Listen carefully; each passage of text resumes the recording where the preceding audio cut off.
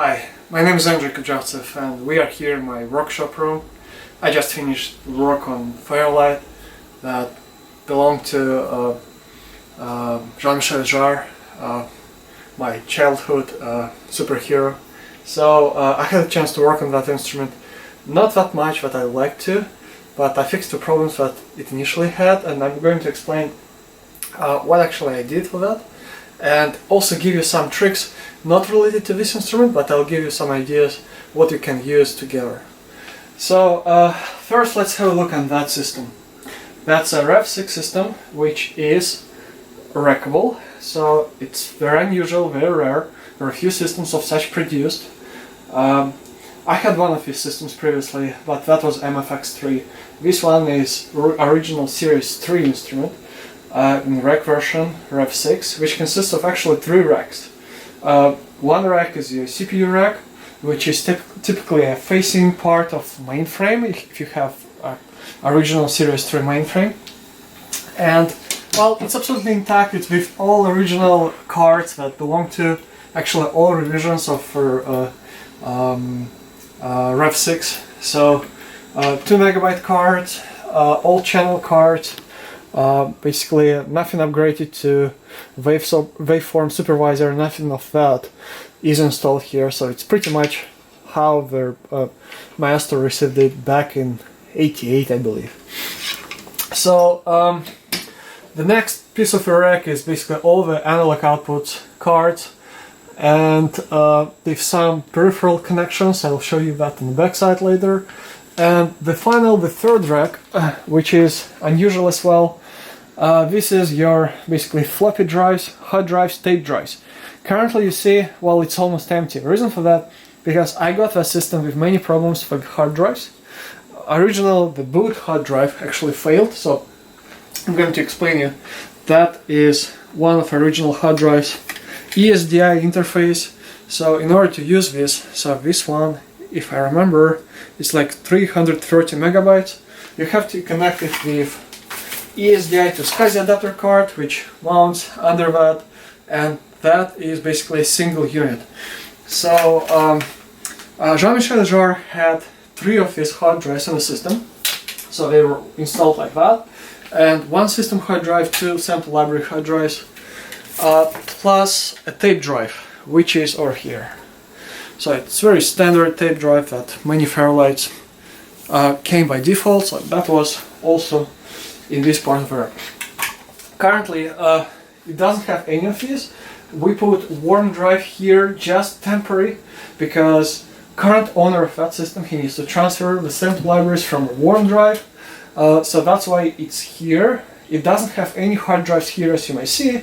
The reason for that is very simple, because we are using a SCSI SD controller, which I have here in external rack, so it's just different box. I would like to mount it here, but because we don't need this rack except the warm drive today and floppy, which I used to reinstall software 6, I would expect that current owner, he will not be using this at all because he doesn't need it. That's why that solution is the ultimate. So what is SCSI 2SD?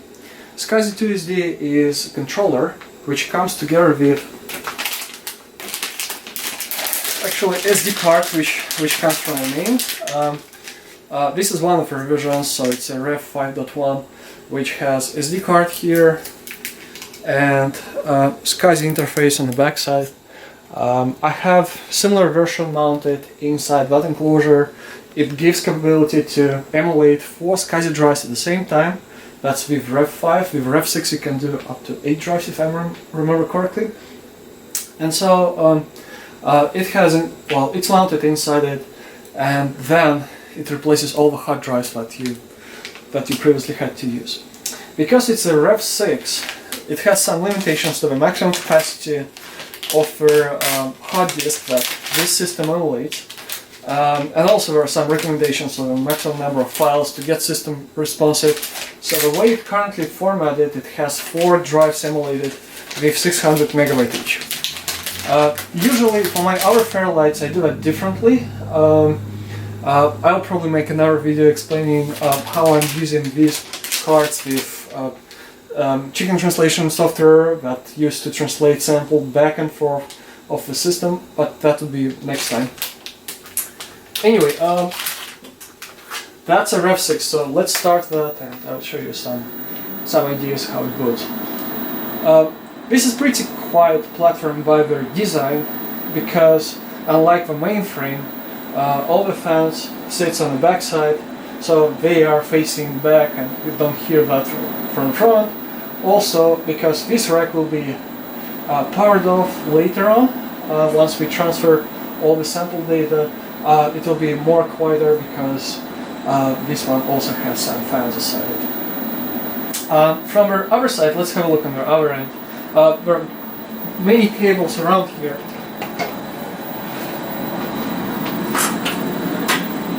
So that's basically how the connection of the system looks. Everything that in original design connected inside mainframe, now it has external interconnections between these two racks, and that's definitely a disadvantage of that. From our end, well, that's pretty transportable system because everything is in the flight cases, very easy to use, very easy to move. Alright, so let's have a look on the system because it's finishing booting currently. Yeah, done. As you may see, so it's currently inside Rev 6 with just a factory library. Nothing special I'm going to show you here. We will quickly look under basically current configuration of that system. So if you look here, that's the point where you connect your monitor, keyboard. It's different because in a mainframe it's done differently in the rack version. It's all facing you. The good news here that if you don't have original monitor, and this original monitor, it has kind of problems from time to time, but otherwise it's stable. The problems mainly coming from the potentiometers on the backside, which position the screen correctly. So if you don't use by some reason, or you don't have original monitor, you can always connect video output to any standard monitor. So for the test, for instance, I'm using here that Sony monitor, which is extremely portable, very easy to use. It's small, of course, it's not for convenient use, but it's good for tests. And then basically I connect the video output of that system to the monitor of that system. They both can work at the same time, but again, that video connector is only specific to that system. It doesn't exist in the mainframe configuration. However, again, there are different ways to do that. If you would like to connect a second monitor, the monitor itself has a video output, so you can always put additional screen if you'd like to. What I'm going to do next, to show you something that I've been working on recently, and some of you who have seen my post on Facebook regarding the different configurations for VGA card for Series 3, I was actually talking about, let me move it.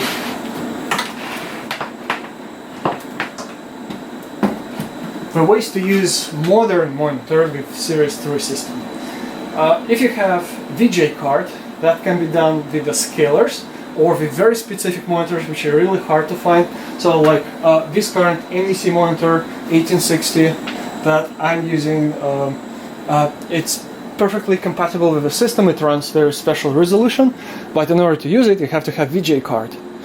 If you don't have that monitor, so you have to use some specific another compatible monitor, or the way I'm doing that, I'm running it with scalers. That's called VGA scaler, so where you can put connect some VGA source, but these both units, one of them Extron and another of them is Comprehensive, that's the name of the brand, they do basically screen conversion, scaling to the size of the output. So basically they both pretty work great with Series 3 if it has VGA.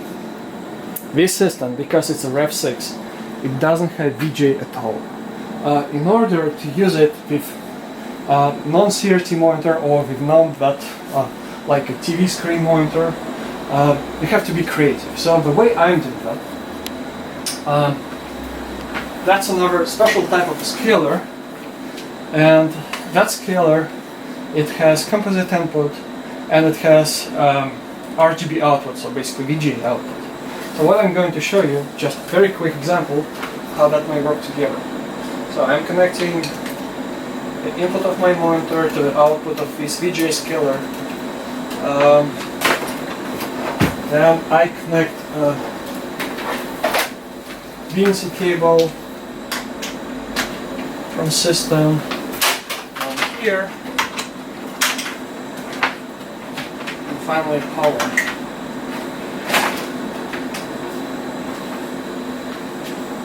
So have a look. The system just brilliantly matches the specifications of a Series 3, which are extremely uncommon, custom to the screen size, and gets that output to the VGA. So now you can use any standard VGA monitor. It doesn't matter, is it that specific like NEC that I currently have, or it's any normal monitor. This scaler, it also has the capabilities to adjust the resolutions, to adjust the sizes. So I did very basic adjustments, but basically you can adjust your screen size, you can adjust the position, and it's extremely great quality of picture that you see here. So again, that is something that we previously couldn't do at all. Now, what I'm going to show you the next problem for this system is basically availability of a keyboard. The main alphanumeric keyboard. That is a problem for all Fairlight Series 3 configurations, and this one has some challenges as well, especially with touchpad. I used to calibrate some of these touchpads previously, so I understand how they work inside. This touchpad, it has something more serious issues, but again, that's something that new came around this year. I'm going to show you. This product has been designed by a very talented engineer. His name is Joe Breed, and Joe Breed basically made a converter of any standard USB keyboard and mouse to the specifications of a serial input of a Fairlight. Not just it can use keyboard and mouse, it can also use external media input for Series 2 systems if you use it with Series 2. Currently I'm using it with Series 3, to use it, all you need to do is just take the serial output, connect it here, then take a standard keyboard. I'm using here Apple keyboard. There's a reason for that, because it has only one USB connection. We need to connect mouse as well, and because this one has USB connection, I will connect the mouse to the keyboard. So it's pretty much done, and now I'm connecting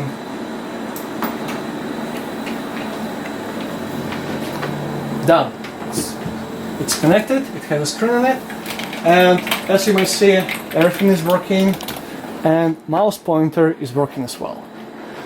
Absolutely great, amazing design, very easy to use, and very easy to use with existing configurations, such as I can connect this keyboard back here, or I can also connect music keyboard and then connect original keyboard to the music keyboard.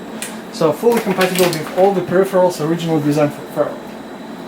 Almost there. So final point what I'm going to tell you is I did also some experiments with printing capabilities, so how you can connect matrix printer to a Fairlight.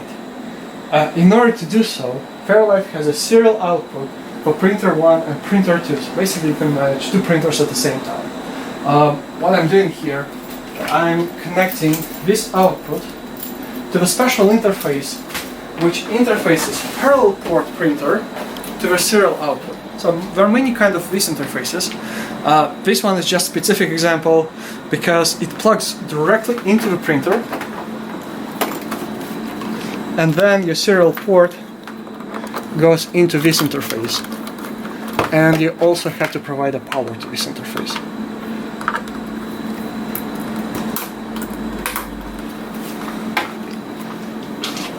Very easy to find. Not many people using them. I have another very similar one, but this one doesn't go directly. It just mounts somewhere on the side, and then you have to have Centronics 25 cable from printer to the interface, which is again nothing that uncommon to find it, but you have to buy it somewhere outside. So then you basically connect it to the system. This is something that you should never do. Never connect the units with power on, but the printer is powered off, and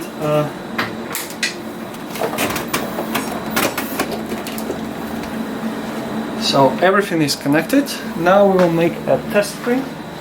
To do that, I will go to TS page, load any demo file which is here. Now I will say plot, and I'm going to print it with small size. Oops. That is Apple keyboard, gives me trouble. And connect the printer. Everything is connected. Put the paper into the printer.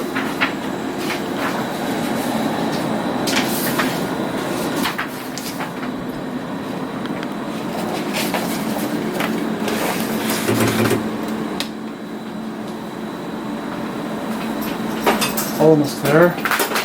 And now I'm going to select printer. That's the printer number 1 that I'm currently using, small size, and printer is Epson in our case. So that is just Epson protocol, and start.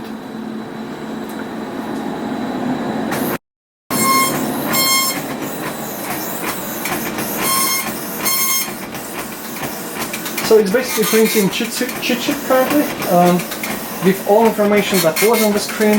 There is also a way to make a screen dump of any Fairlight screen and print that screen later on, so it's really great.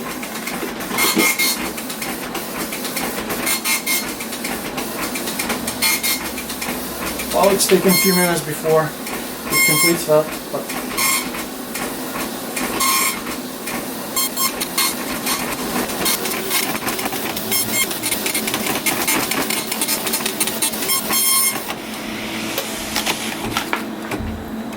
alright, and with that, it's all there, it's all printed. Looks great, very easy to interface. As we say, nothing custom parts, no any special parts needed for that, except that converter, printer that you can find easily on eBay, basic cables, and that's it. So with that, I think I'm pretty much explained everything that I wanted to talk. Again, great system design, great previous owner, and I'm very honored to work on that. Thank you.